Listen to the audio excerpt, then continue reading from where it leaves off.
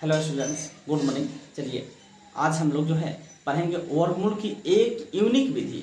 ठीक ना। वर्गमूल आप लोग पढ़े होंगे अभाज्य गुणनखंड विधि से, भाग विधि से, ठीक ना। लेकिन आज हम लोग जो विधि पढ़ने वाले हैं वह विधि है विषम संख्याओं की क्रमिक घटाव की क्रिया द्वारा जांच कर बताएं कि क्या निम्न संख्याएं पूर्ण वर्ग संख्या है या नहीं। यदि है तो उसका वर्गमूल भी निकालें। ठीक ना, समझ में आया। तो आज एक यूनिक विधि है, बहुत ही इंटरेस्टेड विधि है। यह जो है सभी लोगों को, सभी लोग जो है इसको मतलब कि नहीं बनाते हैं अभाज्य गुणनखंड विधि, और आपको जो है भाग विधि से बना करके सवाल को जो है आगे बढ़ जाते हैं। चलिए इसको हम लोग जांच करते हैं। घटाव की कार्य विषम संख्याओं की क्रमिक घटाव की क्रिया के द्वारा जांच करके बताना है कि क्या ये संख्या पूर्ण वर्ग संख्या है या नहीं। पहले तो चेक करना है कि ये जो राशि है पूर्ण वर्ग राशि है अथवा नहीं। यदि है तो इसका हमको वर्गमूल निकालना है। तो चलिए शुरू करते हैं। आप लोग शुरू से लेकर लास्ट तक इसको देखिए, तभी समझ में आएगा, नहीं तो बीच में छोड़ेंगे तो समझ में नहीं आएगा।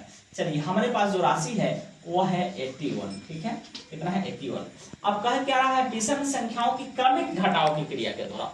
तो विषम संख्या तो 1 से शुरू होता है, तो पहले 81 में से हम 1 घटाते हैं तो हमारे पास जो आएगा वो आएगा 80।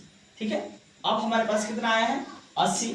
80 में से 1 के बाद विषम संख्या होता है 3 घटाएंगे तो हमारे पास आएगा 77। ठीक है, अब जो हमारे पास आया है 77, इसमें से 1 के बाद 3 के बाद विषम संख्या होता है 5 घटाएंगे तो हमारे पास आएगा 72। अब चलिए जो 72 आया है इसमें से अब हम 5 के बाद कितना विषम होता है तो 7 घटाएंगे तो आएगा हमारे पास 65।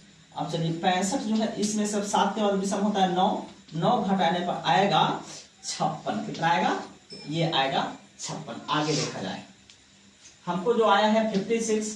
अब 56 में से 9 घटाने, 9 के बाद विषम संख्या 1 3 5 7 9 के बाद होता है 11, तो 11 घटाएंगे तो ये आएगा 45।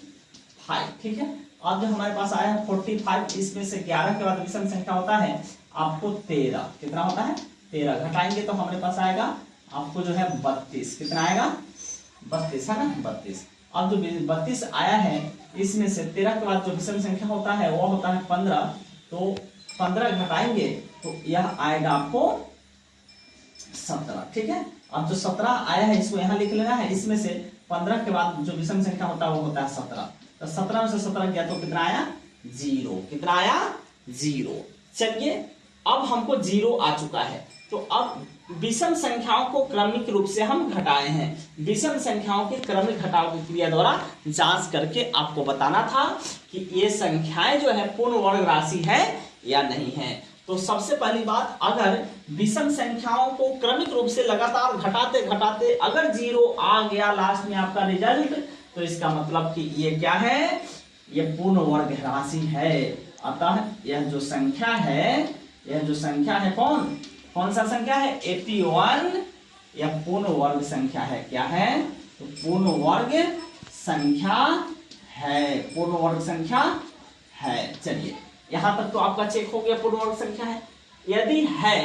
यदि है तो उसका वर्गमूल भी निकाले। अब इसका वर्गमूल निकालना है, क्या निकालना है तो आपको निकालना है वर्गमूल। ठीक है जी, वर्गमूल कितना होगा किसका, तो आपको 81 का वर्गमूल। ठीक है, 81 का फिर से हम वर्गमूल नहीं निकालेंगे।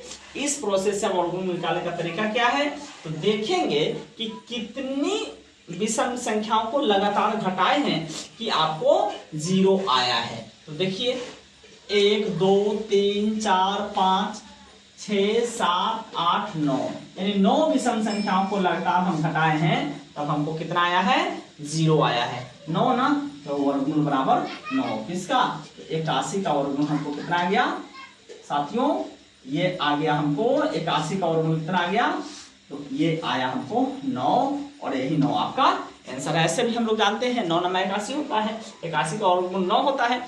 लेकिन ये प्रोसेस मेन है कि ये विषम संख्याओं की क्रमिक घटाव के द्वारा वर्गमूल निकालने का एक तरीका है।